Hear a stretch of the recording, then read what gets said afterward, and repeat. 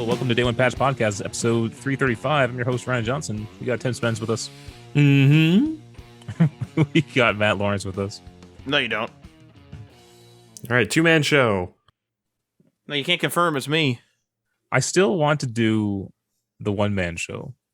The one When man. no one else is available, I want to sit down and record a podcast all alone. That could be pretty intimate, yeah.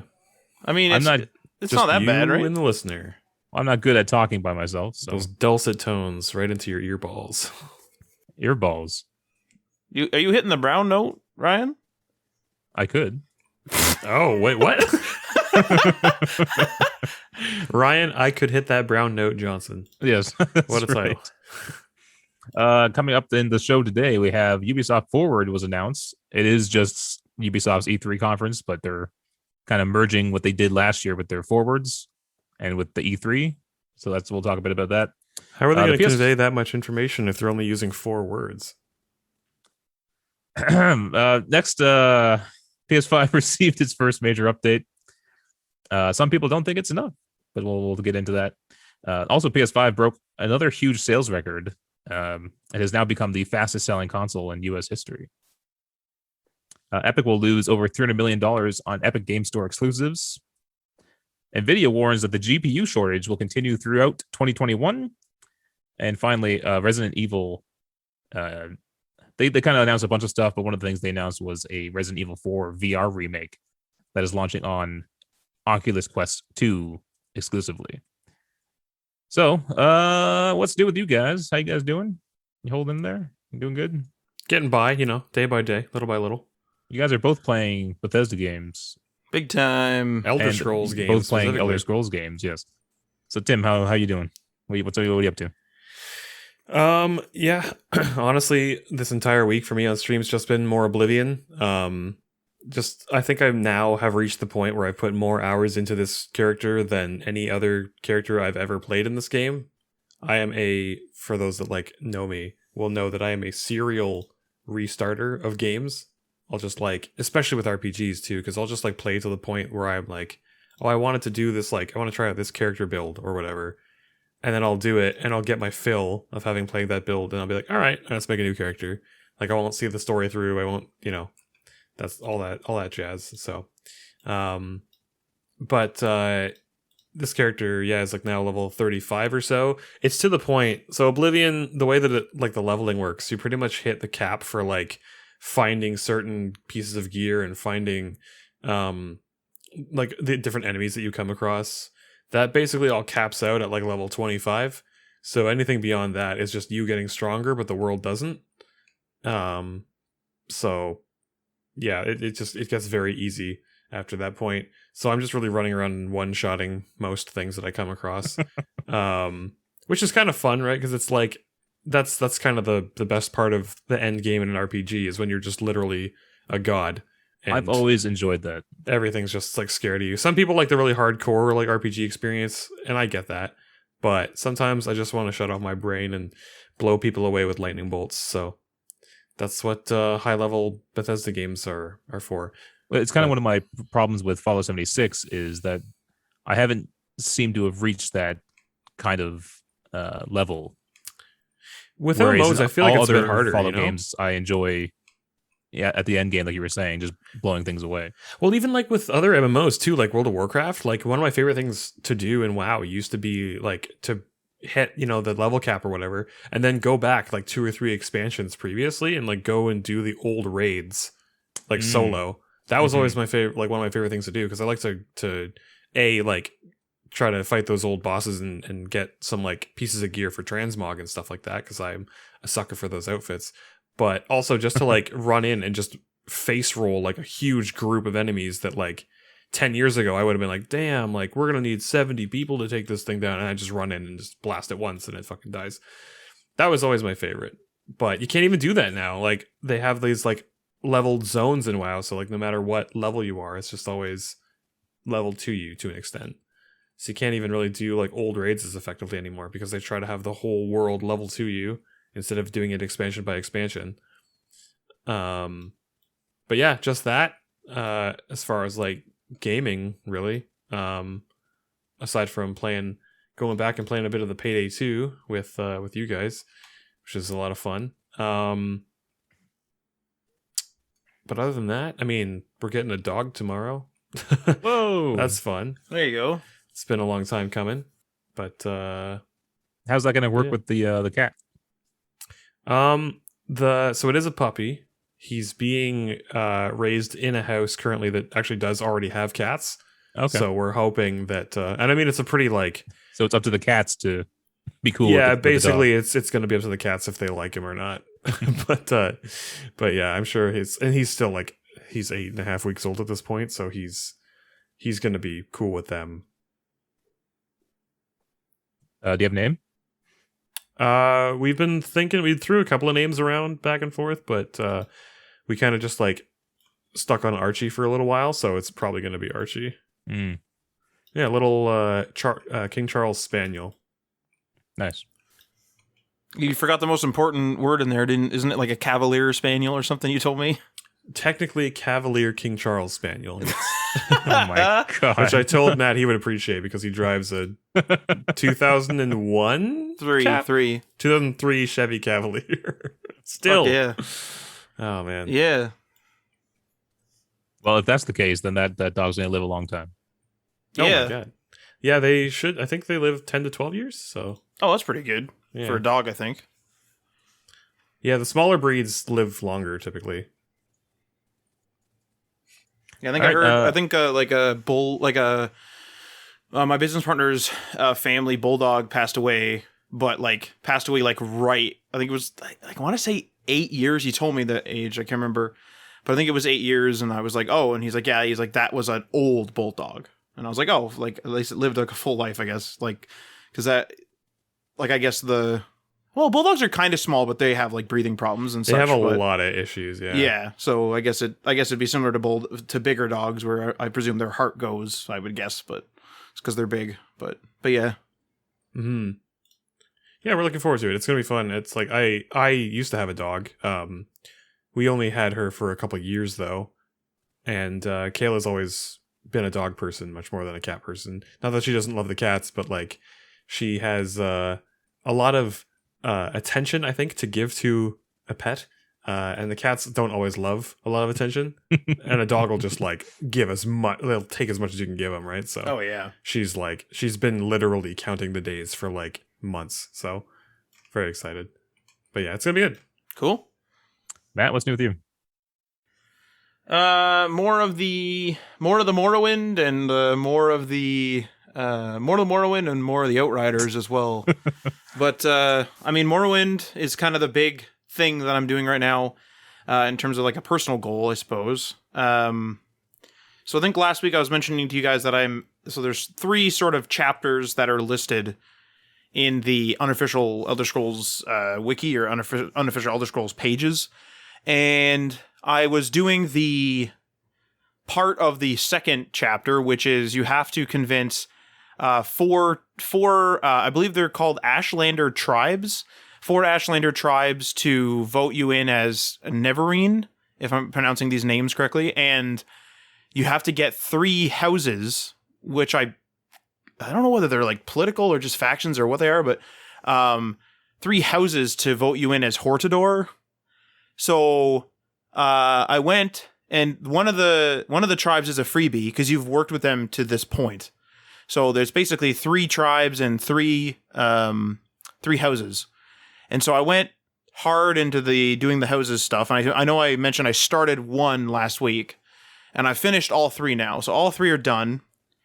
I am starting to become sort of like the typical Morrowind player. I'm flying everywhere, like I'm just levitating myself everywhere, and What? yeah, there's like a spell you can cast and just like whoop and just like take off. So I have these pants that are called like well-worn pants or something, or travel-stained pants or something like that, and they have an enchantment on them, and enchantments recover over time. So I just kind of like, oh, I need to go to this city, and I just like whoop and then just fly off. So yeah, it's really something. And I also have like the boots of blinding speed with no blind effect on them right now too. So this is all without cheating too, by the way. So that's where I'm at. I assumed you were cheating, yeah. No, well, I mean, modded the hell out of it. Well, because like TCL, I guess, like you could just fly. Those pants aren't real. Although I did learn, so pants aren't real. Although I did learn something interesting. If you use TCL in Morrowind, someone told me that on YouTube. Someone told me that if you turn on TCL, it actually turns TCL on for some NPCs. Mm-hmm. And it will like break their collision as well. And I got glitched into a roof once. I was just like walking around, and for some reason my character got his head. I wasn't floating or anything. I didn't even have these flying pants yet.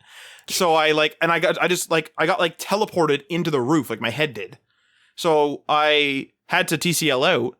And then I learned about this and I was like, well, it hasn't affected my main story, so I'm not like super concerned. Like if the game breaks, I'm just going to fix it with the console. Yeah. Because I'm not like, this isn't like a speed Classic run or something. Bethesda games. Yeah, like pretty much. I always wanted to play them on PC because it's like the game is inevitably going to fuck itself up, and you're going to want to use the console to fix it.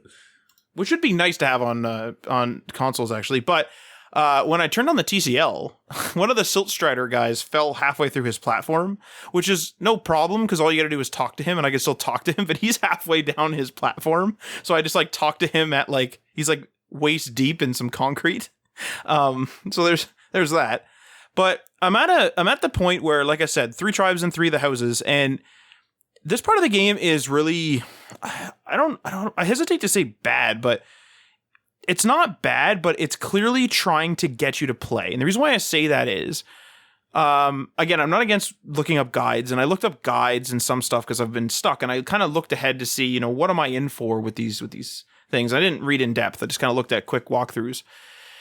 And it said, doing these last 2 things, being declared by these 2 collective things, these 6 things, you complete what's called the trials. So you complete the 4th and the 5th trial. I believe there's 7 trials, and you complete the 4th and the 5th trials. So, and you do the 4th and the 5th that like simultaneously, doesn't matter. Consecutively, it doesn't really matter. And you can actually skip the 4th and the 5th trial if you're at a certain character level and if you're above a certain reputation in the world.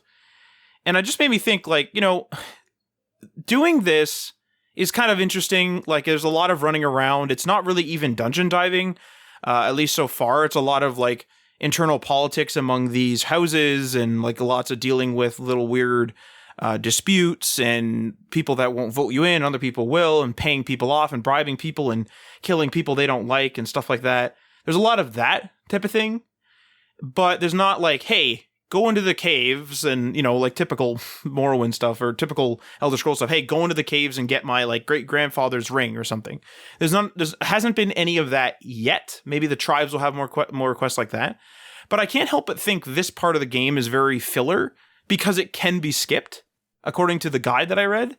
And I find that every single time, and this is, so I'm starting to not rush the story, but I am just doing the story now.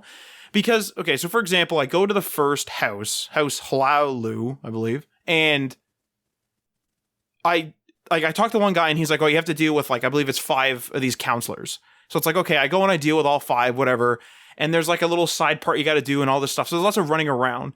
Then I go to the next house, and they have 5 counselors again, where I have to like run around. But here's the thing. So there's one counselor that I went to first, and he won't vote for you. He hates you. He doesn't want to talk to you, whatever. So I go and I look it up because I was like, well, because I have a book in game. So I look it up in my book in game, and I'm like, okay, I'm going to go to the other one, and maybe one of these guys will be like, hey, go kill that guy or something. So I go to the second guy, and he's like, you know what? I have to converse with my people. So I was like, okay, well, I'll wait 24 hours and see what happens. Wait 24 hours, nothing happens. Wait 48 hours, nothing happens. And he keeps saying, I'll just converse. So I was like, what the hell? So I look it up because I'm like, well, like, what am I doing? And they're like, oh, you have to go to this other guy. His son's been kidnapped. You have to save his son from the guy that won't vote for you. Save his son. So I did that. Bring his son to you, and he will tell all the other counselors to vote for you. The guy that won't vote for you won't do it. So you have to go to him, and now with the support of everybody, you have to go and you have to do this duel. So I go to the other people, and I ignore the other people, and I go to the guy that won't vote for me, assuming that this guy with the influence is going to tell all these counselors to just vote for me. So I go to this guy, and he won't talk to me about a duel. So I thought to myself, what the hell's going on here? So I look it up again because I was like, well, like, I don't know, like, why isn't this working? you have to go and talk to each of the other counselors in any case. And they're all just like, yep, you know, your story checks out. And like, I've been influenced or whatever. So yep, I'll vote for you. So it's like, okay. So then you do all that. And then you go and I'm like, okay, I'm going to duel this guy. Let's go duel this guy. And he's like, you know what? That's it. Like, we're going to duel in Vivek. Oh, for fuck's sake. Out of this town. I think it's Aldrune. Out of the town, back on the Silt Strider, go to Vivek, 2 trips in, put my pants on, fly over to the arena. Like, it's just a lot of filler. And I feel as though that's just one thing that's kind of annoying me about the game. It's just the fact that I know that these were skippable makes them feel more like filler. Because the last one is, go find all these wizards in these towers. And these towers are all like, they're all wizards towers, and they're all like scattered along the eastern part of the game.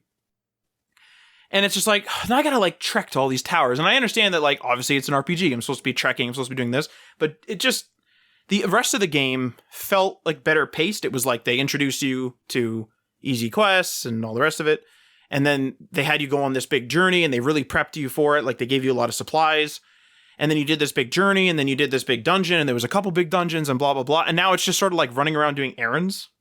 So that's just one thing that's kind of like, to me. But I'm on the 3 tribes now. And apparently the 3 tribes are not so crazy, or at least one of them isn't. I only looked at one in a guide, and I only have to convince one person, not 5. So hopefully the tribes are a little bit faster. But that's where I'm at. So I'm progressing well. I'm having trouble with the game. Like, I didn't have it crash at all this whole time. And then I all of a sudden started having it crash where it would just close the desktop. And then yesterday I had it like where it had trouble opening and then crashed while opening. And then it closed and it just wouldn't open. And then it like fucked up my graphics driver. And I got like there's like a pretty well-known error where it's like, Microsoft Windows can't access your graphic device. And it like screwed that up. And I thought like, oh, maybe there's something wrong with the driver, this and that. But I've tried other games that are more modern and they're fine. So it's just Morrowind. Like, I don't know whether it's my save state or whether, you know, because I'm using the Game Pass versions, whether Xbox has updated and something screwed up. I don't know. But that's the Xbox app specifically, but that's where I'm at. So doing well that way. And then just Outriders. Ryan and I have been playing some Outriders. Pretty fun. And we learned that the map's a lot bigger than we thought, so our estimate of 50% all the way across before is incorrect. By a lot. By a lot. Probably pretty far, actually. Pretty far, like, from the end, you mean? Yes. Yeah. It's, yeah. Unless we jump. Unless there's a point in which lore-wise, you go on like a huge road trip or something, and a lot of that map is just like a line to another location. Right now, the locations are pretty compacted in, and we are 25% maybe now of the map in. Yeah. Whereas we thought we were 70 before, so we'll see. Yeah, as for myself, I've been doing the Outriders, and COD Mobile Season 3 starts tomorrow. So oh my god, Ryan. I'll be getting in on that. Although I got my ass kicked today in some ranked matches. So what's the difference between, like, okay, so this game has like a reward for everything. Is there like specific rewards that you're trying to get in ranked, or like what are you doing? Yeah, I mean, there are some items you can get through going ranked, but there's just like a challenge that said like complete 3 ranked multiplayer or battle royale matches. So I'm just kind of doing those. I was going to try to get to the end of ranked until I realized that people get a lot more difficult to beat the further you get into it. So funny how that works out. Yeah. Well, the thing is I had a false sense of I guess superiority because me and Matt were playing normal multiplayer matches and pretty much coming out on top every single time. Well, the battle royale too, which isn't ranked as far as I know. You can play a ranked version. Oh, yeah. But against the average player, we were killing it. So I was making my way pretty easily up the ranked matches, but then I've reached a point where it was just like everyone is either as good as me or better, and so it's like when you it's tough. It's like when you play Smash Bros. Like with your friends at parties and stuff like that, and you're like, yeah, I'm pretty good. I'm like among the best among my friends, And then like maybe and you go and you're like, maybe I'll try to play online, and then you just get absolutely wrecked by people who actually know how to play the game, and it's like, nah, get down to the bottom of the rankings there. There you go. It reminds me of Tekken. I remember played Tekken 6 maybe online, and I went to go. I don't know whether it was ranked or what it was, but I remember just hopping in, and I don't know what it was, whether it was a certain set of people I was playing against or what it was. But I would always beat the guy first round. They wouldn't even fight me oftentimes, or they'd very lightly fight me. I guess they were learning my style. I was going to say they're throwing the match to learn like your patterns and stuff. And then he kicked my ass. And that happened consistently online for quite a few matches, and then I was done. So yeah. I just watched today, like one of the like YouTubers that I watch, the Smash YouTuber, who like he did a video on Japan's like newest up and coming like professional player who was like bottom of the rankings last year, and then just like 3-0'd the best player in Japan like this week. And he was just doing like watching some matches and doing like a breakdown of what his like style was, like what his strategies were, like watching his play style and like learning things. Be like, oh, like look, he did this. Like it's really subtle that he like landed this aerial attack and then ran forward a little bit to then jump and then do another neutral aerial just to be in slightly better positioning while he's juggling this other guy. It's like, sure, man. Yeah. As you explain it, I can see like what you're talking about, but there's no way in hell I would have noticed that otherwise.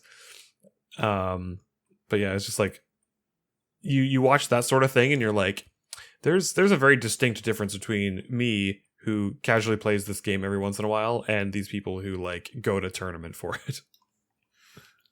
especially people that like you can get really good against the NPCs, but you need to be like in the PvP space. You have to know how to get into people's heads and like watch like what they do and learn how to counter it and stuff like that to play against other players. I personally really prefer to play those types of games against other players because I find playing against bots to be quite cheap. Because like the bots know what input you're doing. Like the computer just knows it because it is the computer that's registering you doing that input. And so they can have like frame perfect, response time to what you're doing. It's like, oh, the person would have known that like if I've been running up and shielding and running up and shielding and running up and shielding, but then this time I run up and I attack, a person wouldn't be used to that. They would expect me to run up and shield. But the bot knows that I hit attack because I hit attack, and so they shield the attack and then they grab me or whatever. And like you can't play mind games with the bot, like that kind of thing. Interesting point, actually. But I mean, yeah, if you know how to play the game like against people and professionally, and you know how to do combos and stuff like that, like the bots for the most part, as far as I'm aware, even level 9s won't like strictly know how to get out of your combos and stuff like that. Like they won't lean away from your multi-hit attacks and stuff like that. They'll just kind of sit there and take it if you get that first hit on them. And they don't typically combo you back either, so it's like you don't really get to learn how to properly get like escape combos and grabs and things like that. Right. When you play against bots. But, this is all just like the perspective of a person who watches too much Smash Bros. YouTube content and doesn't actually play and doesn't go to tournaments and doesn't know what I'm talking about. So, other than that, I also, me and Aaron, former guest of the show, we played some Civilization 6, and they added like a zombie update. And the zombies were kicking our asses. Zombies taking over the world? Yeah, first of all, they destroyed all the city-states. There's only one left. And that one that's left is only there because it's between me and Aaron. And some like mountains. Oh, he's Gerard Butlering them. Yeah, pretty much. And me and Aaron are learning this for the first time. We got to build, like, there's new defenses you can build and stuff to kind of slow down or hurt the zombies. And it's been a nightmare. Matt, I sent you that screenshot of one of our opponent players. It was the computer, not us, not like a human. But I thought that was you. No, they were surrounded. Every single tile on their land was a zombie. That was horrible. Yeah, that's pretty horrible. And their city defenses were reduced to 0. Now, I don't think the zombies can actually take over a player city, at least their capital, right? So I think they're just stuck there. That's horrible. What do? You're just stranded. You just press enter for next turn. Like if me and Aaron were able to get a military unit through those zombies, we could take out their capitals like now. But the zombies are super hard to beat. Wait a second. You're still fighting other humans in this?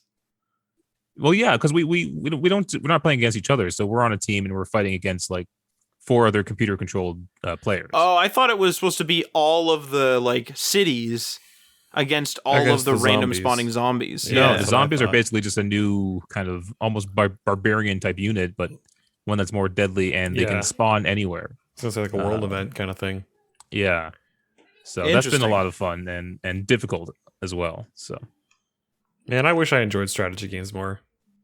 I can't think beyond like 5 seconds from right now, so I really suck at them. Like there was the one time like years and years ago, back when we were actually able to see each other in person, and Matt and I played a game of Civ 5 one time, like for what was that, like 10, 12 hours maybe? Yeah, it was a long one. Yeah. And Matt's playing on like, what was it, one less than maximum difficulty? You were playing on like deity or godlike or Immortal, whatever. I think. Immortal, and I'm playing on like difficulty 3, whatever that is. Which, I mean, props to that game for being able to simultaneously handle high difficulty and low difficulty for 2 different players in the same game. I don't know how the hell that works, but Pretty crazy, but pretty good too. but yeah, and that was just like the only reason that I had any idea what I was doing was because you were like, oh, if you do this, then like they'll have to do this, and then you can take advantage of this. And I was like, oh yeah, okay, but there's no way I would have fucking figured that out on my own. There's All right, go there's ahead. like, well, I was just gonna say there's like a muscle memory. I'm sure Ryan can attest. There's like a muscle memory to Civ. Like once you get to a certain point, you just know what to do, and the only time that everything gets interrupted is like when the next Civ comes out, and then you just learn the next thing. You know? Yeah, I was gonna say when you learn the meta, it's just a matter of playing the game and like adjusting Like your strategy mastering it. based on the little nuance, like little details that happen. Yeah. For yeah, sure, and yeah. Aaron's been helping me along the way. He's been teaching me a lot of stuff too. I kind of learned like a new technique every single time I play with Aaron, Jesus. so that's been good. All right, let's hop into the stories for this week. Obviously, E3, we talked about this last week, has been confirmed, and Ubisoft has also said now that they had a Ubisoft Forward. They had 2 of them last summer. They're doing that again, but this is now going to be roped into E3. So this comes from IGN. The digital conference will take place on Saturday, June 12th, starting at 12 p.m. Pacific. Currently, no other details have been provided. Naturally, all the biggest surprises will be held back until the show itself. But is there anything you guys want to see from Ubisoft? Far Cry 6. That's a big one, yeah. Yeah, it's been a while since I've played anything Ubisoft. I think I'm trying to remember what the last thing would have been. The Division, hopefully. Nope. Did you not stop play playing the Division. Assassin's Creeds? Yeah, I haven't played since Black Flag. Oh, damn. It's like 10 years ago now. That was at the launch of the last consoles. Yep, PS4 launch was the first game I got. I actually got that game. I got that game in hand before I had my PS4, and I got a PS4 like on launch day. So You know, I it's think horrible. That feels like it. That doesn't feel that long ago, and yet it kind of was. 2014. Yeah. So that hurts thinking about. I remember the much day time has that passed? the console launched. Yeah.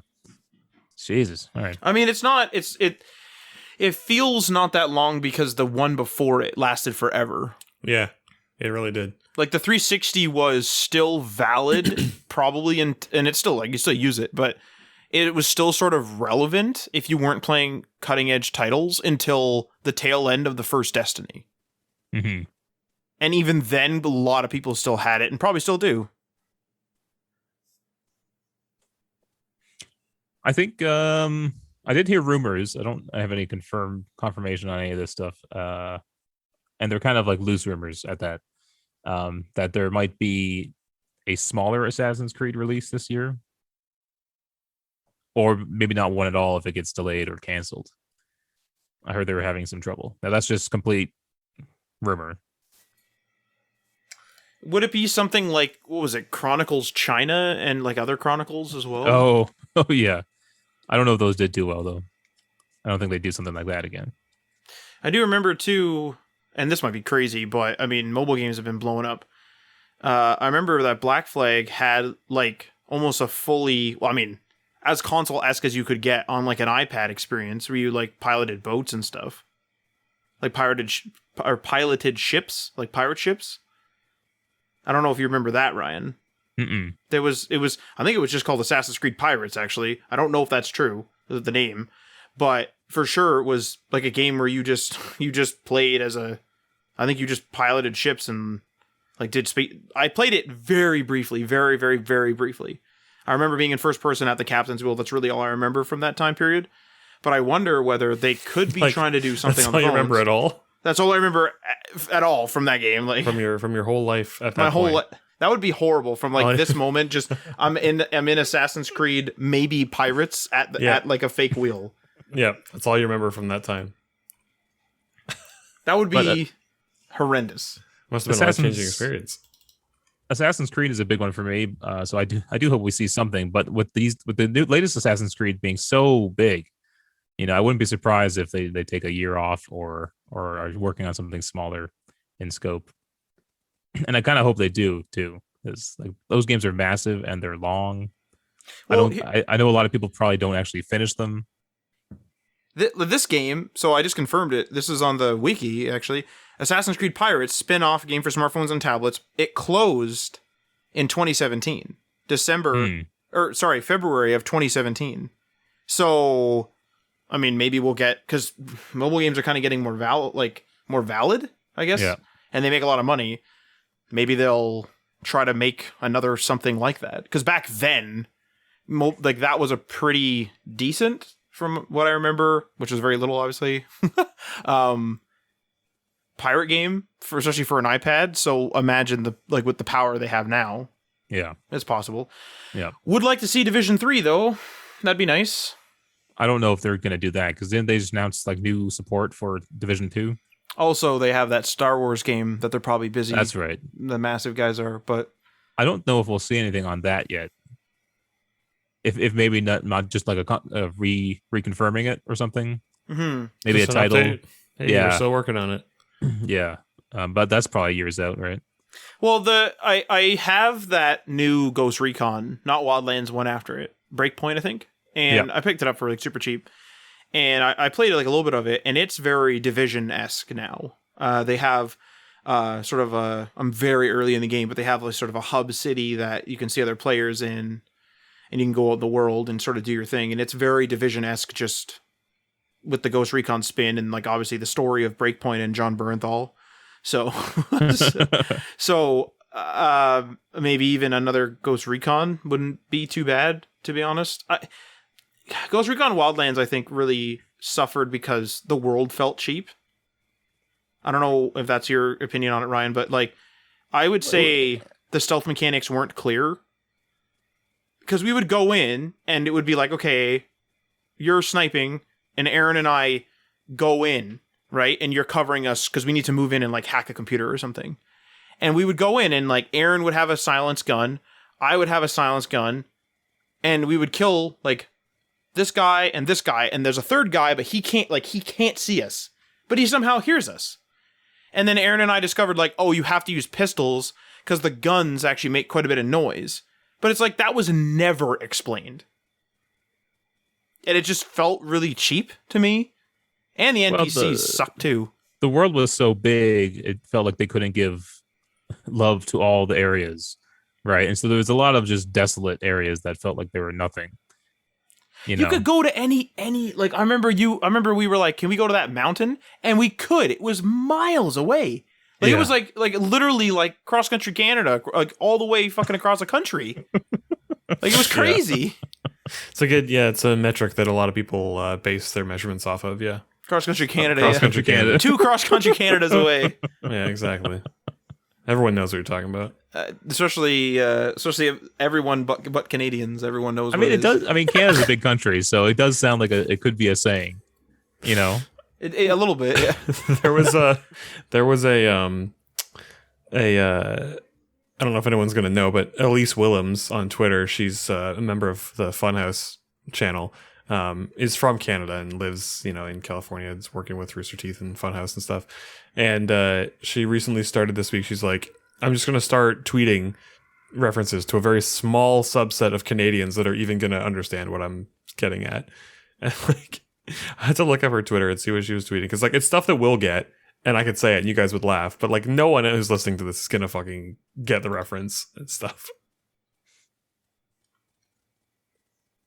It's pretty interesting to hear like You know how like when you like get those sort of regional references that you never realized were regional? Like on TikTok now, there's people that are reminiscing and being nostalgic over like how when we grew up. And I think it was Reader Rabbit. And someone was saying something like, I think it was Reader Rabbit. I might be totally wrong, but it was like Reader Rabbit or something was specifically in schools in Canada.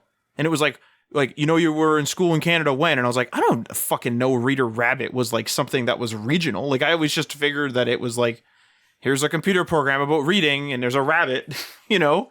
It's super interesting. Because we had so little things that were unique to Canada that you probably just thought anything that was unique that was available everywhere else, right? Yeah, that's exactly it. And it's just, I don't know, it's just interesting to see those things, especially when you're unaware of it. Skull and Bones, we've not heard from. We did hear that they were like kind of redoing the game from scratch almost. So I'll be interested to see what we get with that. It would be kind of cool to have a more gritty Sea of Thieves type of game. Why Maybe is it that combat focused? Why is it that game like what happened? Like wasn't it kind of like a clear vision and they showed off a bunch? Like they so showed a bunch off was like a done. trailer and it looked pretty good. And a bunch was done, right? Like it wasn't an engine. I'd imagine, yeah. So like a lot was probably done, and then they went to like retrofit it, and now I don't know. Who knows what happens with these big studios, right? Something happens. And then yeah, Far Cry 6. I'm hoping they do some stuff that's a little more different. The last couple Far Cries have kind of been very similar. How many Far Cries have we had since 5? 1. Like, is it no? But has there been, how many spin-offs have there been? Because there's just that one. There has literally just been one. Jesus, it's been a while then. Because like I'm used to there being like the numeric ones, obviously 5, 6 is just one, but there's usually like what was it, Primal and whatever else. Primal was after what, 4 or? Oh, yeah. that was. Oh, I thought that was after 5. I didn't know. No, 5 was the one with the two like they were either twins or. Oh. New Dawn. New Dawn, yeah. I beat that game 4 times. Oh, Jesus. Because you could only play fucking co-op, and it wouldn't advance your save, so I played literally co-op with everybody. And then I beat it on my own game, so I beat that game 4 fucking times. Other than that, I would hope maybe something new. Oh, Riders Republic, I guess, as well. We'll see some more about that. I mean, I'll play that. Yeah, you want that, yeah. All right, let's move on to our next story here. So the PS5 received its first major update. This is from IGN. So as revealed on the PlayStation blog, the PS5 April update will allow players to store PS5 games on a USB expanded storage device, share gameplay across PS5 and PS4 consoles with a SharePlay, and access a new trophy setting and stats screen. Sony notes that some games will support the ability to move only specific modes across drives. And so you may be able to move the campaign to USB storage when you've completed it and keep multiplayer on your SSD. Now, first of all, this was available, I think, day one on Xbox, was it not? I believe so. So there's a little catching up. I actually thought this was available on PS5. I didn't realize it wasn't. Well, you can transfer and play PS4 games on an external drive on your PS5, but you can never transfer your PS5 games. They remained on the SSD. So this finally allows you to transfer it onto the external drive. You can't play it off of there, but you could then transfer it back onto this internal drive when you need it. Do you see yourself taking advantage of this, Matt, at all? Not myself. You run out of storage, first of all. I haven't run out of storage, no. The thing is, though, Ryan, like, to be blunt, is like I know you have slow internet, and I was in that boat not too long ago, so I do understand storing stuff. I used to store Steam games on a drive, and most Steam games can be rediscovered, or at least mostly rediscovered. So I used to have a drive of just Steam games, and then I would just rediscover them. So I definitely feel that pain. But now that I don't, I just kind of delete the game and reinstall it. However, with the PS5, first of all, I don't really usually have too many games on the go at once, unless I'm just like sort of dabbling on the Switch or something, like on top of my other games. But in general, I don't really know of much I would play on the PS5 right now anyway to fill up my drive, to be blunt. To be totally honest, I think the capture gallery once again is taking over my damn drive. So I don't know. Games are too big now and they're live most of the time. So I don't know how people, I mean, they're probably just not completionists or they're not going too far into them, but something like Outriders, like I would like to see at least the end of the story, if not the end game. Mm-hmm. And I'm in no rush to get there, but at the same time, like I'm not going to be installing like 3 more Xbox titles in the meantime. Whereas I know as a kid, I would do that. So I could see the issue for some people, but just not myself, especially with the lack of PS5 games. Well, it's funny that they kind of prioritize this when we're still waiting on the internal M.2 SSD support. I wonder how available those drives even are, because you have to buy one of a certain caliber. I forget what the caliber is. I would have to imagine it would be PCIe Gen 4. I would imagine if they're touting the speeds of the actual built-in internal SSD. Mm-hmm. Now, here's a feature that actually will benefit me with my slow internet. Is they're actually allowing you to preload upcoming game patches. That's great. So they'll be available, because like sometimes like a Fallout patch comes out and you guys are already playing it, you're having fun, you're laughing, I'm feeling left out. Well, usually we're complaining actually, but yeah. and I don't have the update. And usually if it's a big update, it might take like 2 days for me to download it. Now, obviously I'm not downloading 24/7. I only download overnight. But yeah, it could take me up to 2 days to actually start playing a game after it's been patched. So if I can preload these patches, that would be fantastic. What would help people in your situation, but also just in general, it's getting a little better. But from the apps, the Xbox app and the PlayStation app, it would be really awesome to just be able to manage your storage. And I mean live. Like you can start downloads. Sometimes it'll tell you whether it's started. Sometimes it'll tell you if it's pending. So it's getting there, like even with the end of the PS4, it's getting there where we started seeing some feedback from the console. Like, you go to start a download on the PS4 in front of your face, like literally on the PS4. You could see the progress bar, this and that. It'd be nice to see that in the app, even if it was only updated every 10 minutes. Oh, yeah. So I can at least, so you can manage it, right? And you could be like, shit, like, this isn't going to fit, but I'm done with bug snacks. I'm just going to delete it. And you just do that remotely. Like, that would be really cool. And I don't mean remote play streaming it. I mean, just go into the app, go into the storage, and like do your thing. That would be nice, to be honest. Even checking for updates, because they don't always start automatically. So it'd be nice to, like, when you know the update's released and you're not at home or whatever, you could just start it. Yeah, because like the Fallout patches, for me, never preload, or they never load even when I'm in rest mode. And so I always have to check it, and it's just like, it just feels like, I understand it's easy, but it just feels ridiculous to like boot up the console and everything just to like click check for updates and then walk away. Yeah. It's just sort of like a waste of power and time. Like it's like, it should just be able to do this from my phone. Some other changes with this update include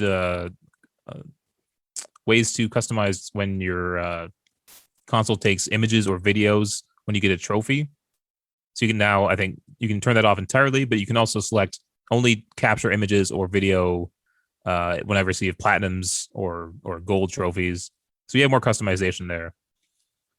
Also, I think they improved HDR support and 120 hertz support on like computer monitors. I think people were having trouble with some of that stuff. And small changes to the game base, which was kind of confusing. And it still looks kind of weird, but they're fixing things up. But Matt, is there anything you'd like to see in the future updates on PS5? That game, what's it called? I know they did some improvements to it. Game base? Yeah. Is that where the friends and everything are? The friends and the party and stuff. Yeah, that whole thing needs to be ripped out and redone. To be totally blunt, I'm just to be totally blunt. Horrible design. Hate it. Just really hate it. It's okay. we're doing this thing again where, and I'm going to bring the first Dead Rising up, and not the remake or the redo for the next gen. I'm talking the old original Dead Rising. The damn text where the people would call you and talk to you, like Otis, right? Anyone who played that game knows Otis. It was too damn small. That game, I was just gonna say, too damn small. Goddamn UI for that game is so small. You can't read it on a standard definition TV, and like not everybody had HD TVs when the 360 came out, and that was like launch window. Oh yeah, that fucking game. You couldn't read what he was saying. Like, oh, thanks, Otis. Yeah, I don't know what you're saying. I don't know what you said. Yeah. I couldn't hear you, and I can't read it, so I guess we're just fucked then. The zombies are just gonna find me. They're gonna kill me. It's all thanks to Otis. So like, okay, that game plus the original Black Ops made me go from Tube TV to HD TV. The game base what's it called again? Game base, yes. God, see, that's dumb too. It's not the game base. Come on, you know what I mean? Like, it's not the game base. Like, it is, but it isn't. It's the base where you get your friends together to play games. It's the game base. Oh, God. Anyway, the point of the matter is, okay, why does it open up in a window that doesn't fill at least half the screen? Or more of the screen? Because this thing is used for messaging, this, that, and the other thing, and everything takes an extra step than it should. Yeah. You want to send somebody, it's like, Ryan sends us a picture into the Fallout 76 chat, because we have one where it's just all Fallout 76 stuff. So we click in there, and then it says, do you want to view the messages or send a quick message? The quick messages are fucking horrible. No one's going to use them unless you do something very, very specific. There's like 3 of them, I think, Ryan, you tested. It was like hi, something else, and something else. Really, really like useless. So then you got to click view messages, and then it takes over the whole screen, opens up a whole goddamn app. Yeah. Now, you can go back to the game and this and that. It's not going to close your game. But the point of the matter is, like, I'm okay with it being a pop-out, but it should be like a pop-out that grows in real estate on the screen appropriately, but doesn't actually, like, to pull you out of the game. Like, it still should be in there. Quick responses, dump them. Out in the garbage. And also, I'm glad for this update. The friends and the parties are in 2 separate tabs. Before it was like, I want to see if Marty's online. No one's in my 2 parties because they're at the top of the game base. Good thing the game base is just a vertical list. I guess I got to go all the way down to find my friends. Like, come on. Bad, yeah. So, and sometimes I pull my damn phone out because it was faster. I just remembered how dumb it is that our main group of friends is in a group called Max Rebo Band. It's got his picture on there. That's so stupid. All right, Tim, comments on the PS5 update? The only thing that I have to add is that I was trying to play Remnant from the Ashes, which was like a free game last month, with 2 friends, because it's the very rare to find 3-player multiplayer game. And one of us was playing on PS5, the other 2 on PS4, and the guy on the PS5 could not join the game if we were if one of the PS4s was hosting, because he would go to our profile and there just was no option to join game. He couldn't like go to our profile, go to overview, click game, like game activity, and then click join. It just wasn't an option because the PS5's UI is different than the PS4, obviously. And he couldn't send us an invite either. But we could go to his profile on the PS4 UI and go to overview, go to game activity, click join game on him. But there was no like joining or inviting cross-platform for that game. But apparently now with this invite, multiplayer crossplay has become a little more intuitive and actually functioning and usable, with the added options to the settings menu or whatever on the PS5. You can now choose to like allow people to like join your game, and you can send invites and stuff. It's stupid that it even needed to be an update, but at least they did it instead of just leaving it. Because like, Jesus, you'd think that I think playing games and inviting players to your games, that you can, if you've got one of the selling features of the PS5 is that it's backwards compatible with PS4, people are going to be playing multiplayer games, man. How is that an oversight? I don't know. It's just a minor gripe that I had, that I was just like, thank God we had this issue and it's immediately been rectified. Well, I think they kind of started from scratch with the whole OS of the PS5, and I think that's led them to overlook things and kind of miss or not include some of the stuff that we had on the PS4, which seems weird. Like Xbox was pretty much the same thing. Like it doesn't even feel like you have a new console with Xbox because like the OS is the same. So, but it has all the things you want, you know. You know what's interesting about all this too is it's kind of like the similar situation of the Xbox app, where the Xbox app on the phone used to have achievements and all that, and then they updated it to the new UI, and it just doesn't have achievements in there. Mhm. It's like this new type of rolling things out where even if the feature existed before, they seem to pull features out for months, if not years sometimes, and then slowly roll them in when they had it done before. I understand it's not easy to move it over, but I mean, should probably have it there. All right, moving on. PS5 broke another huge US sales record. This comes from IGN. In its first 5 months on the market, the PlayStation 5 has become the fastest selling console in US history in both unit and dollar sales. As revealed by the NPD Group's Matt Piscatella, this news arrives 1 month after the PS5 became the fastest selling console in US history in dollar sales. Which is also insane to think, given how like kind of hard they are to even find. Which, yeah, it's almost like who's buying these to make it record breaking when you literally don't see them for sale. The bots, the scalpers. So every single PS5 that probably enters the US is just Immediately sold. Hot damn. Pretty wild to think.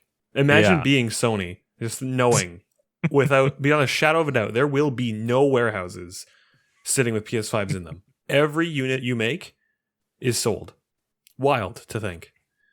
And there's a couple like trackers on Twitter, and they'll say, "Oh, there's PS5s at Best Buy," Yeah, and like restocked an at Best hour Buy later, now. Yeah.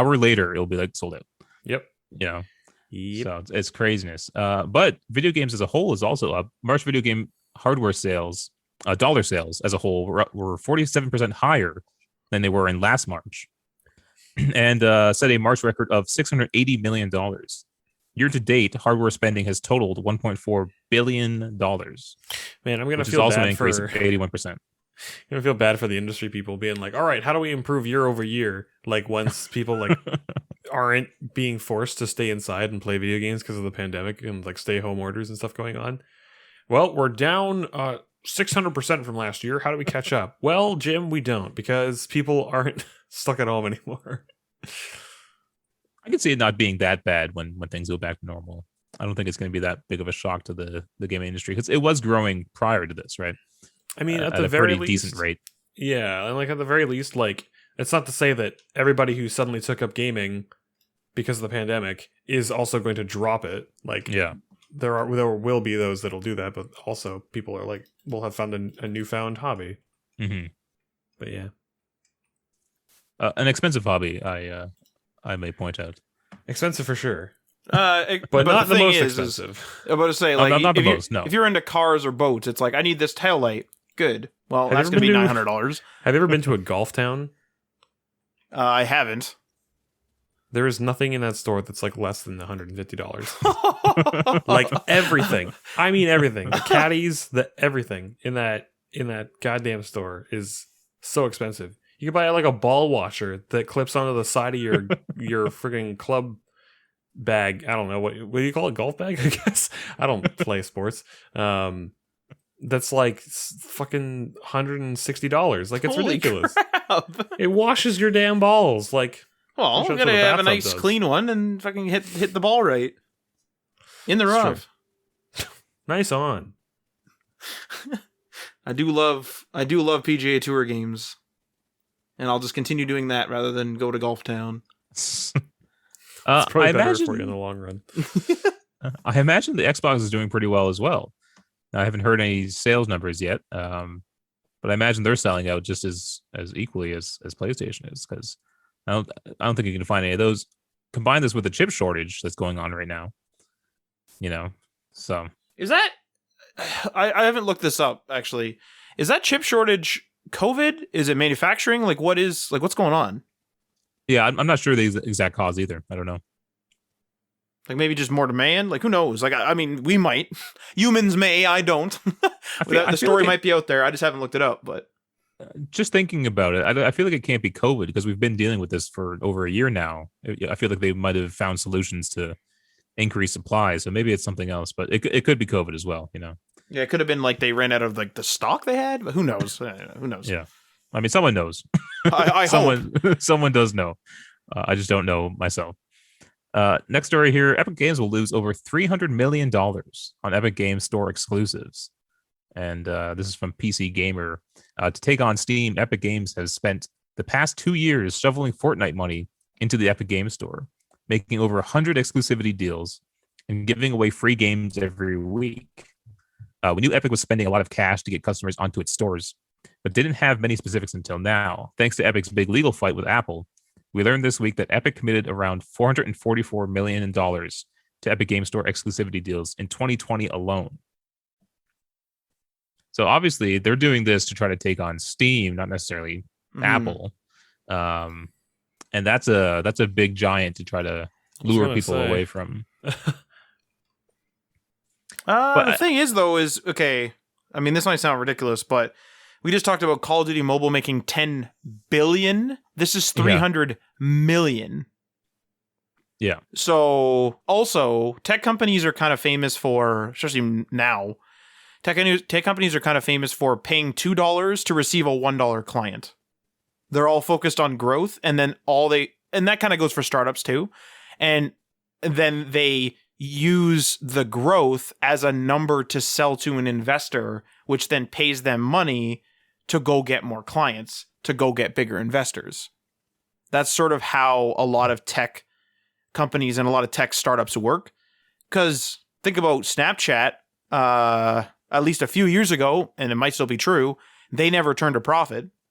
And Twitter just recently started turning a profit within the last couple of years, despite Twitter being so popular as to being like having handles listed on the news and all the rest of it. So that's kind of how tech companies work now. I believe also Amazon just started turning a profit within the last like 5 years or so. I think the thing is, I don't know, like, because I don't run a big company, but I would assume maybe the mentality is, you know, why have money in the bank? Let's just keep trying new things. Maybe that's the mentality. I really don't know. You're investing in growth later on, right? Yeah, so you need to build up the company to then make an actual profit at some point. Yeah, even Tesla was like operating on losses for most of its life, and it only started turning profit in the last couple of years. And something like Amazon, so for example, trying the Fire Phone. I mean, the Fire Phone back then and having it fail, yeah, sure, that's a big loss. But had they tried it today, it would have been even more money to get into it. Yeah. So, well, plus, right, it's also the cost of learning what does and doesn't work, right? Mm-hmm. It's like they tried it and they realized, oh, this doesn't work right now. Maybe later, but we can't do this right now. And that's, you know, a valuable lesson learned. For them, anyway, I guess. I don't know. It's just all trial and error. This $444 million was spent on minimum guarantees for games that release on the Epic Game Store but stay off of Steam for a year. No. A minimum guarantee is just another way to refer to an advance. It means that Epic guarantees the publisher a certain amount of money, whether or not their game actually sells enough to cover it. For example, Epic put down $10.45 million for Control. I don't know if it's just like a me thing, but oftentimes I find if something is like blatantly trying to be an exclusive for the express purpose of like denying it to another platform, which at the end of the day is usually only works out to be an inconvenience for the consumer, because it's like, oh, well, now I have to download your new launcher or whatever, or I have to go to your store. It's like now I need multiple things installed, and instead of just keeping everything all organized in one nice library for myself, that makes me less likely to buy from them, because I'm like, well, if you're trying to be a dick so this other company doesn't make money and therefore making it more inconvenient for me to have to like download multiple launchers just to be able to play, you know, a couple different games, yeah, no, I'm out. I'm just going to go with the one that's most convenient for me. And I don't know if that's like a thing that most people do, but I don't know, I see people like talking about gaming in a lot of different conversations at all times, and it seems to me that most people are okay with having 8 different game launchers installed in a computer, and I'm just like, no, why would I want to do that? That's so inconvenient. I have no problem with having multiple launchers except for GOG for some reason. I don't want to own games on GOG. And I'm not sure why that is. It's just how I feel. I don't mind GOG. They do have good sales every now and then. Yeah, like I think I'm only there for GOG on stuff that only they sell or that they have really big on sale. I'm also okay with having multiple launchers. Like I do find it annoying, and I agree with you, Tim, in the convenience aspect, but I'm also a person where I think actually, like, we had this discussion possibly on the podcast maybe years ago, where I think you, Ryan, were mentioning that Tomb Raider was going to be an Xbox timed exclusive, and you were complaining about that, and you weren't going to buy it on Xbox even though you had an Xbox One. And at the time, I think I was playing Dead Rising 3 or something like that, and Adriana was like, well, Matt, if like they became like you're playing this on PlayStation, or you're playing this on Xbox, if the next Dead Rising and you want it and it comes out on PlayStation only, what are you going to do? And I was just like, oh, I'll just play it on PlayStation. Like, it just doesn't bother me too much. Like, I get it, but I'll just kind of go wherever it is. Like, I find getting it when I want it to be the more convenient over the launchers, but I get it. Like, I get waiting. But I just don't care enough. Well, my problem with the Tomb Raider thing was that the first game launched on all the consoles, and then Xbox stole the sequel away. Right, that just didn't sit well with me. I don't care if I wouldn't mind if Xbox bought the rights to Tomb Raider and published all the Tomb Raider games going forward. Right, but it's just that they took the sequel away from the console I played the first game on. Would you have been pissed if they took Tomb Raider like right then and there? So that Tomb Raider, whatever I think it was the second one, the second Tomb Raider was being made, and they, like you just said, took all the rights. Like, they bought the company. Yeah. And then they said, that's it. Everything, including that second Tomb Raider, is going to be Xbox exclusive. Would you have not played it? No, I think I would actually have cared less if that was the case. If they just bought the entire franchise, I'd be okay, now I play it on Xbox, right? Like the same thing with Bethesda. Like, I'm a PlayStation fan at heart, right? I would prefer to play my Bethesda games on PlayStation, even though they don't always run the best, right? But now that Microsoft bought Bethesda, it's just okay, I'll play them on Xbox now.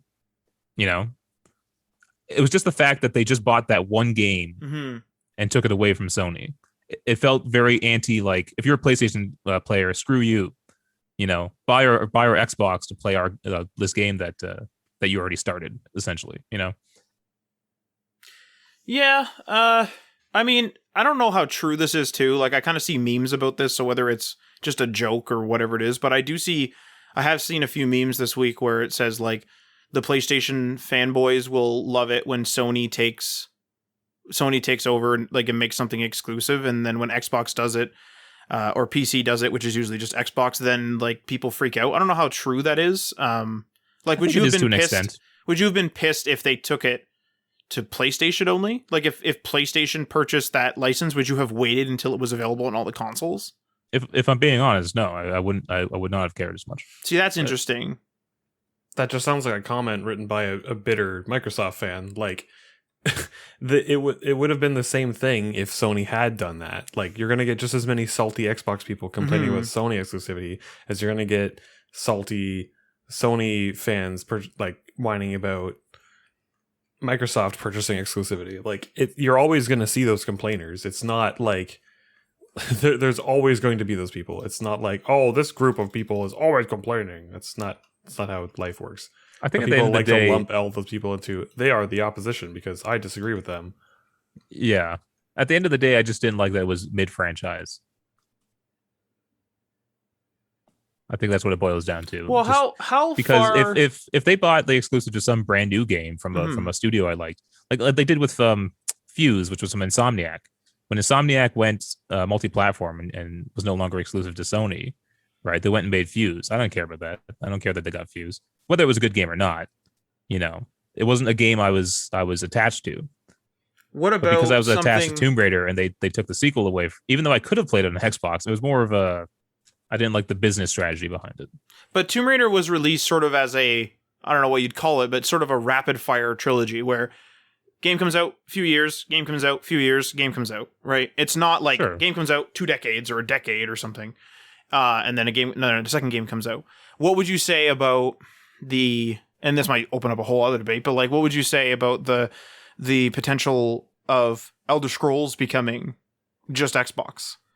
Because I'm realistically, the other, like the last Elder Scrolls game was on the PS3. Yeah.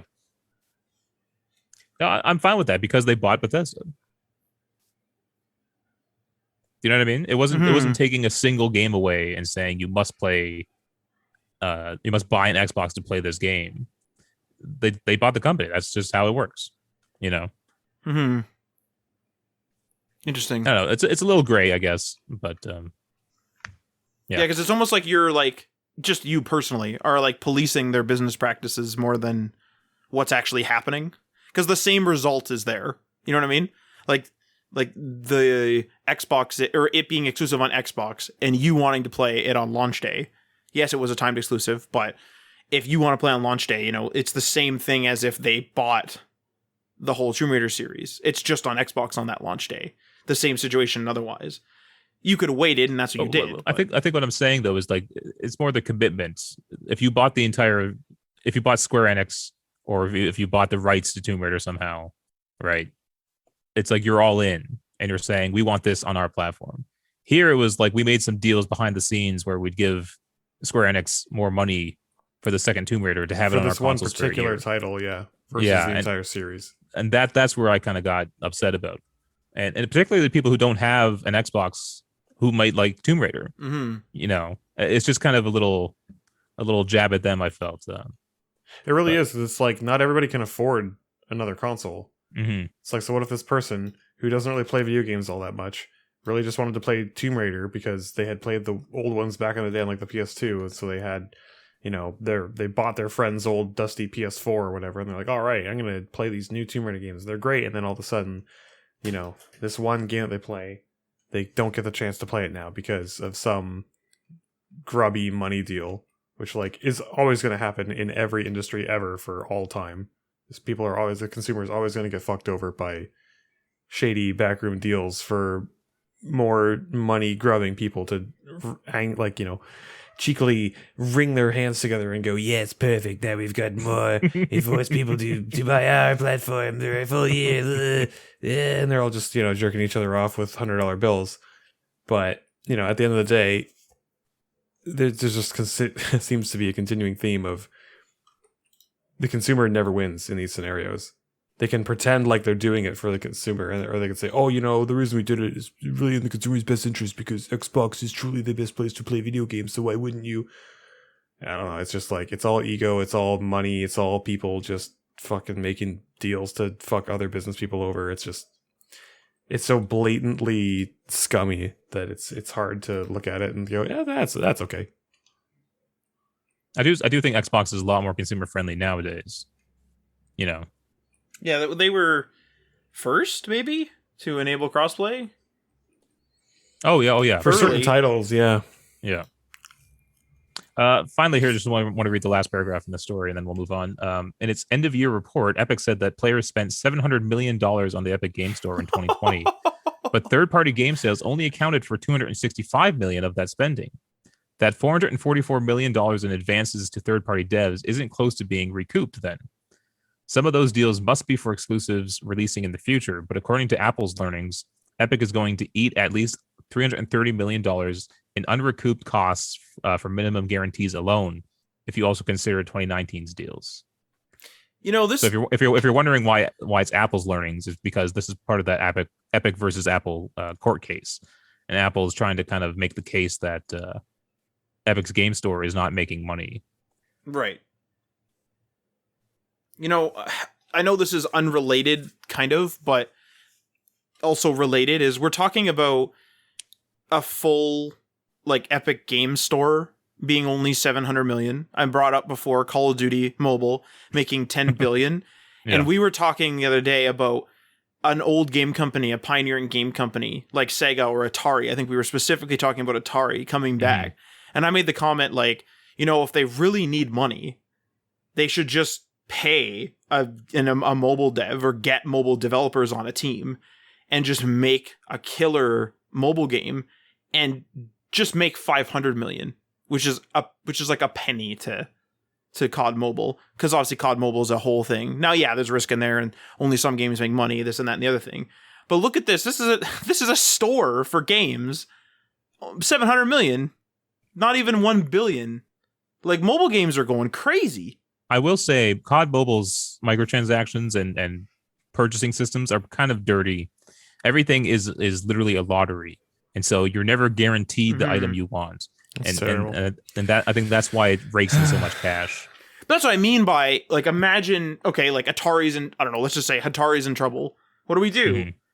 Make a half decent mobile game, make 500 million. Like, you know what I mean? Obviously that sounds really easy, but we're also talking about a big game company too. So yeah, I would just love to see Atari kind of come back and kind of make some AAA games or something. I think that would be really cool. With I know it's a lot of hard work of the mobile game money, though, they could. If they could make even, something, They could even start with, like, releasing their old titles on mobile.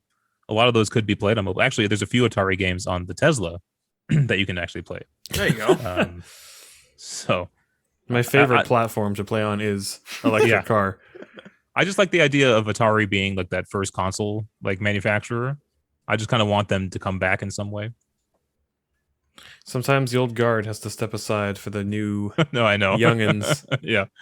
Well, I wonder if I ever see the day where, like, Sony and Microsoft are the old blood that gets moved out by some Intellivision. Some young Intellivision. It very well could with Amazon getting into streaming. Yeah. So just some random, like, small Scandinavian company that, like, offers some insane streaming service, and you're like, how do they do it? And they have some like unique selling feature that, just wipes out all the other competition because the value proposition is just insane. Yeah. Next story here. This kind of has to do with the GPU or rather chip shortage in the world. NVIDIA warns that the great GPU shortage. I didn't notice that they put the great GPU shortage will continue throughout 2021. This comes from The Verge. This is from NVIDIA's CFO Colette Kress, who says, "We expect demand to continue to exceed supply for much of this year." This was said on an investors call earlier this week. So this means that the difficulties of finding a new 30 series GPU will likely continue, possibly into 2022. NVIDIA previously warned the supplies would likely remain lean through its fiscal Q1. And now that we're approaching that milestone end of April, it's clear that the supply hasn't improved significantly to meet demand. NVIDIA does note that despite the issues, supply should still increase as 2021 progresses. And they said, we will see supply continue to increase throughout this quarter, as well as throughout the year. So this obviously isn't ending anytime soon. This is being hit on multiple fronts of the crypto mining surge and the shortage on processors. How bad is, the guy asked us last time, how bad is the market for buying, like, last gen or something like that? I think we looked it up and it was bad. It was still expensive to buy that stuff. Well, it's going to be made worse, right? Because the shortage of current gen is going to force people to previous gen, thinking they can get it for cheaper, and then there's a market there too. I think that's probably what happened. Yeah, got to buy the pre-builts. I have heard some programs that are, like, trying to make sure that these cards get to actual gamers and not crypto miners. There's a lottery system at Newegg, I want to say. Yeah, it might have been Newegg. I saw someone, like, say that they didn't get picked, and they showed, like, a screenshot on Twitter for a 3090, I believe it was. So lottery system's kind of cool idea, I guess. It's a shame that we have to fucking turn to something like that. Yeah, because the methods of getting one normally is just not consumer friendly, because everyone is just going to take advantage of a situation that they can take advantage of. You know what's interesting though is, like, I'm surprised that there's no, how, like, if you need to buy something en masse, you would go to, like, a supplier and you would no longer buy from consumer. I'm surprised that NVIDIA doesn't see this and go, I realize there's a chip shortage now, but, like, there's been these shortages before without a chip shortage, and surprised that they haven't been like, you know what, we should open up like a center for this, where if you need a bunch of cards, rather than use all these fucking bots and shit, like, just call this number, put an order in, and will literally make sure those are made on the assembly line. Like these 100 or like a commercial order, like a fucking store would, you know? Rather than these people going through consumer channels. Like these guys are now enthusiast grade or whatever. I guess that's kind of how the pre-builds work, because you can get a pre-build with 2070s or 2080s or Correct. sorry 3080s in them Yeah. for like $2,000 for the entire computer system. Correct. Right. So they obviously have access to OEM like versions of these. You're saying like maybe set up a system so that the miners can actually do that as well. Like minimum 10 card order, like make it fair. Minimum 10 card order. You put it in, whether we have it in stock or not. For sure, your order will be processed in due time. You have a consumer level, like these go to Newegg and shit, whatever. So you have a consumer stream where you put 50% of the cards or whatever it is, another 50% go to this consumer thing. And then there's no like BS that's just, I mean, I realize that people will probably still take advantage, but like if you're not in a super, super, super big hurry and you're just trying to like add to your mining rig, then it's reasonable. Then it's like, yep, we did this with the toilet paper shortage. We ordered at the commercial level. They told us it would be done in 30 days. It's like, okay, fair enough. We ordered 2 big commercial packs so we didn't have to keep going to the store. And that was it. And then that way it was like, we're not taking it from the fucking store. We're not rushing in everywhere, going out more than we should be. And we're getting a lot of toilet paper. I mean, that sounds ridiculous, but welcome to 2020 and 2021. So like, but like, that's like the fair way to do it. Put the order in. They're like, hey, this will be made. Like literally, probably the toilet paper literally made in a month, and we'll ship it to you. Done. Easy enough. Although I feel like that only helps the crypto miners when they're trying to help the gamers and just or prosumers. Well, right? no. What I'm saying is that you need to have the miners moved into the OEM channel, right? And so there's still those 2 channels. If that would even fucking help, I don't. Mm-hmm. Who knows? Because I don't know how big of a rush these people are in. But like, It's just it'd be nice to be able to order 10 cards. You pay a premium or whatever, or minimum 10 card order, like I said, and then okay, we'll make sure the factory makes an extra 10. yeah. Now I obviously don't need a 3080, but I was planning on kind of getting one just as I kind of slowly upgrade my PC. But I think I might just have to wait until the next gen versions, you know. Honestly, going like, which is probably better for me actually. Like, I mean, I know that you've been taking up fucking PC gaming like crazy, Ryan. You're overclocking, you're testing shit, changing voltages. Like, I'm supposed to be the computer guy, and I'm like, I'm not fucking touching my voltage. I don't care. Like, I'm just one of those people. I'm using a friggin' almost 10-year-old computer to the side of me here. And, like, the best thing I've ever done is just be like, I'll just buy a laptop, buy a warranty for it, and if it breaks, I'll just call them up, and they'll better fix it. If they don't, I'll buy another one. Like, I mean, that sounds ridiculous, but I'm just, like, at that point where I'm like, you know what? I mess with computers and stuff enough. I don't need to be messing with my own. Like, I don't care anymore. Although that's an interesting point, too. Is there a shortage on the gaming laptops as well? Oh, could people just buy a gaming laptop? Because they perform decently well. They perform and they well, have like really good. They have like 3070s in them and stuff. So I have a 20 laptops a year and a half old, I think, and 2070 in it. Yeah.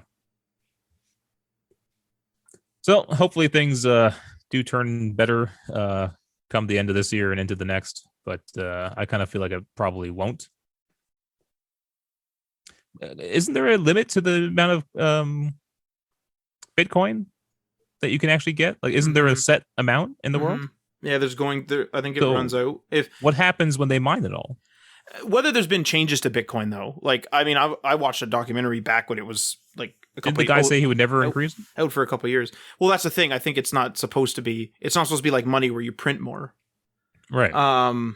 Now the thing is though, is new currencies come out. Dogecoin, prime example. Stuff Ethereum. Like that. Ethereum is also pretty big though now. Like yeah. So there's like always these new Kodak coin, if that's still a thing. I'm realizing I have a fundamental lack of understanding about like what cryptocurrency even is and like how it works, and like I never would have thought that like the Bitcoin will run out, you know? Like I just figured it's just like software, but you know, I don't know anything about it. You have to create a demand for it, right? It's sort of like the NFTs. And it's like what drives that demand? Like why is it desirable, right? How do you get Bitcoin off the ground when you just say, "Oh yeah, this thing is worth this," and people are like, "Why?" I was like, "Oh, it just is." I guess it's the allure of like a untraceable currency, unregulated currency, right? Yeah, I know it's pretty big centralized bank. in black markets as well. Yeah. And I think that was probably the allure. And then plus, if you make it, it's kind of like diamonds, where diamonds aren't rare in the world. They're expensive because a company owns all the diamonds and slowly releases them. Yeah, that's true. And that's kind of what's happened here. It's a false rarity, I guess, of cryptocurrencies. All right, our final story.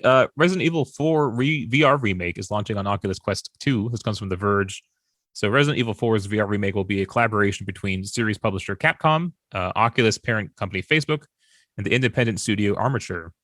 While Capcom didn't offer much detail, some early footage shows a first-person adaptation of the classic third-person shooter. Capcom announces its this news during a Resident Evil showcase. But Tim, you kind of brought up a point about this being exclusive on Oculus Quest. Now, obviously, it was made in partnership with Facebook, but you're kind of worried about exclusivity being a bit of a threat to the growth of VR. Well, it's just like, yeah, I've seen other people commenting online and stuff, and then bringing up the fact that like VR is already a bit of a finicky market. Like it's hard to get into because it's a high bar of entry with a cost, and you have to have the space to be able to set it up and things like that. And some companies do make it a little bit more accessible. Like PlayStation VR is probably among the cheapest that you can get, and it's like okay, it's like pretty good, but it's not like it's far from the best VR technology out there for sure. You definitely need to have a bit more of a powerful like PC rig and some pretty... you can't find graphics cards right now, and you can't even find graphics cards anyway to be able to run it. So what does it even matter? It's like you can buy the hardware, but it doesn't mean you're going to be able to run anything if you don't have a PC that can handle it. So like, but the problem is, it's like, why would you shoot yourself in the foot? Why wouldn't you try to make your software as viable on as many platforms as possible? Not only to help like boost your own sales, but also to help boost the, I guess what you would consider like the VR economy. Like, why? I get that it's Facebook, and Facebook, it has a long history of basically being like, fuck you and then some. But if you want to try to invest in this technology and encourage people to buy yours, shouldn't the value proposition there be that, we have the platform that the most games work on? Or something like that. Like, it doesn't even work on the original Oculus. It only works on this game is exclusive to the Oculus 2. And it's like the first Oculus only came out how many years ago? Not that long ago, for sure. And I'm, granted, the technology for VR, hardware and software has undoubtedly gone through leaps and bounds. Undoubtedly, in the short amount of time that it's even really been considered like commercially available. But like, I don't know. It just doesn't really make sense to me. Why shoot yourself in the foot? I also don't want, if I had to choose a VR headset, I don't want the Facebook one.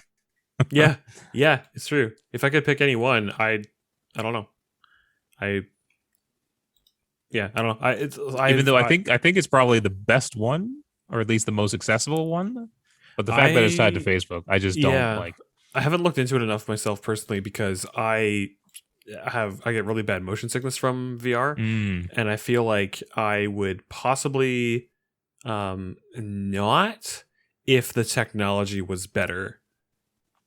But or like better refresh rate or something. Yeah, exactly. Like if the frame rate's a little bit higher, if the latency is a little bit better, etc. You might need that $4,000 Apple VR headset. Good God, if that's what it takes, I mean, yeah, no. I'm going to sit down here in my pleb status. You guys have fun.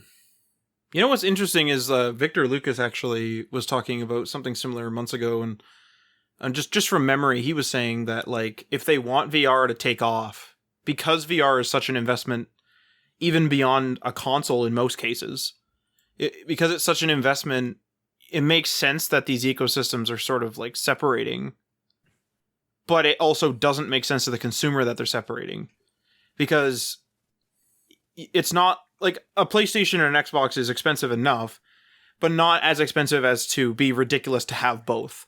But it would feel to me ridiculous to have an Oculus 2 and a Vive. It'd be like, Jesus, like why why you guys all these like, VR setups? Yeah, people thought that the console wars were bad enough between PlayStation and Xbox and like Nintendo. Now split it up between like 4 companies just doing one gimmicky VR thing. Yeah, and like new, like you're right, Tim. Like you're right on that, Tim. Is like and new tech too. It's not like these companies came together, fostered a huge VR community that was, you know, rivaling the people that would use consoles, like traditional consoles, and then they said, okay, now we'll split up and start being super competitive with each other, which is sort of, I guess, the natural progression of things. But it's sort of like this is niche as it sits, and you're like taking a niche and cutting it in half or fourths even. Like, what's going on here?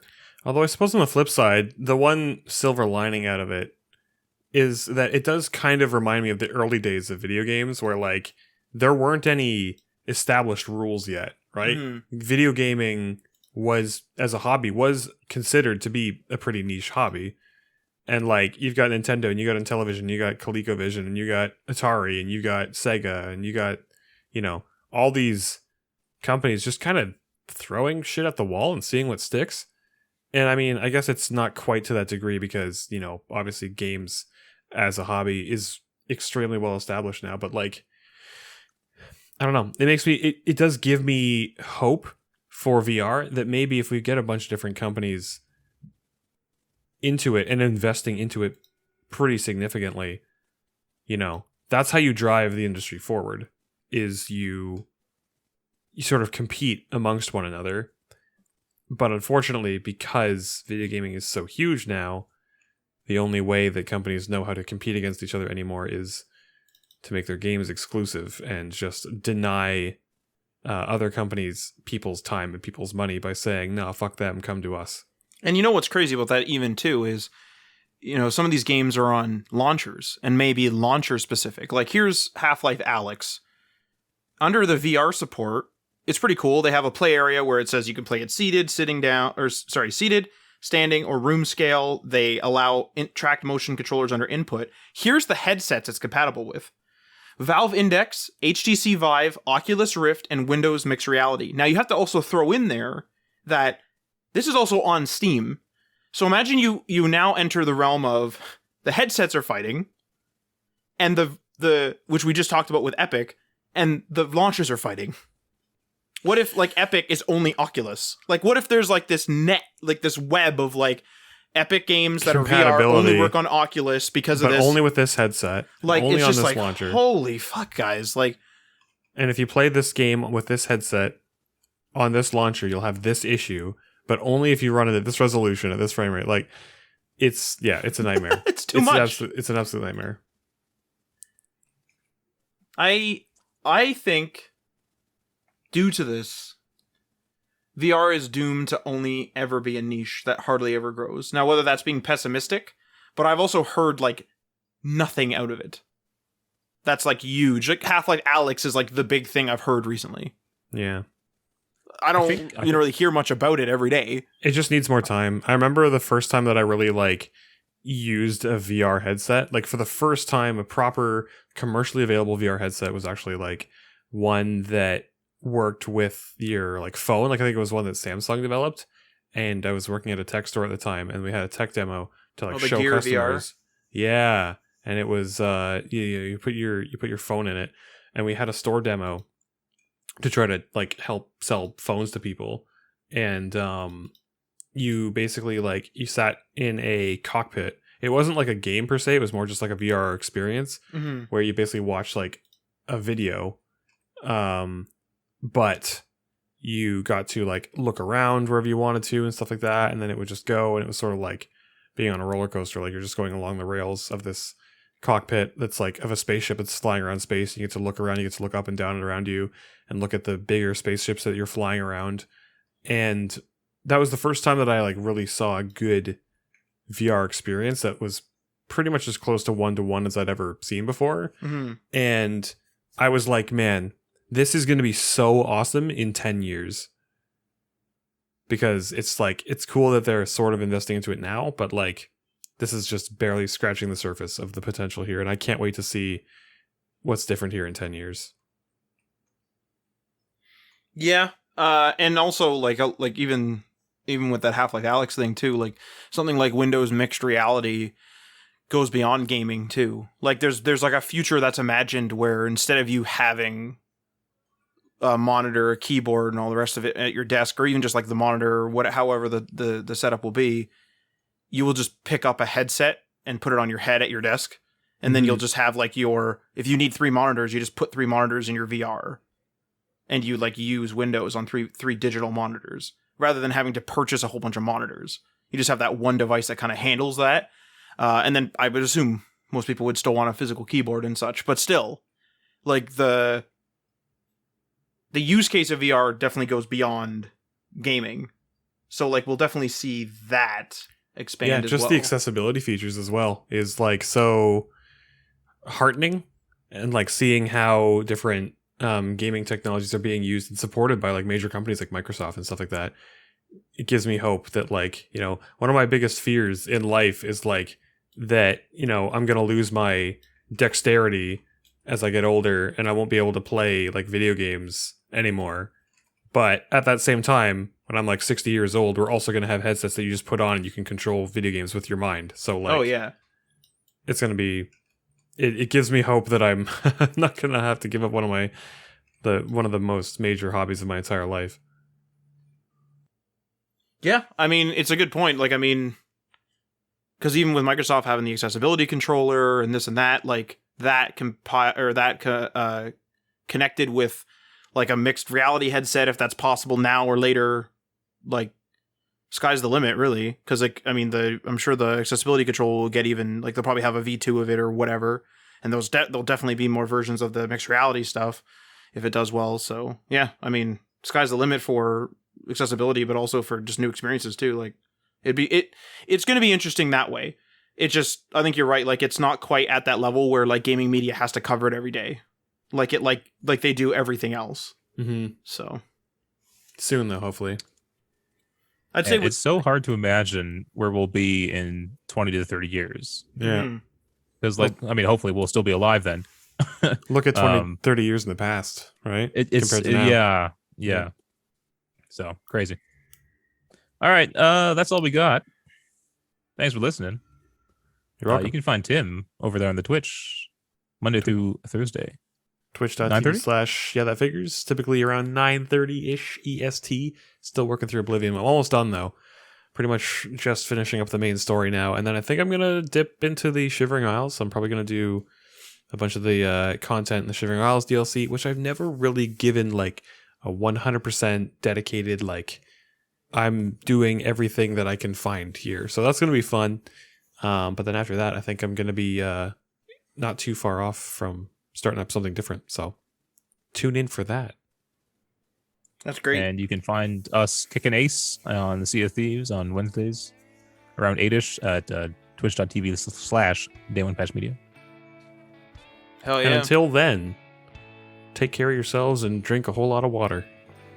Oh, water's so good. Oh, man. Oh, man. I love like water that's so cold that it hurts. What the Oh, fuck? Jesus. Oh, jeez. Feel it in the teeth. Ice cold. I love it. So All right. refreshing. We'll see you guys next time. Peace.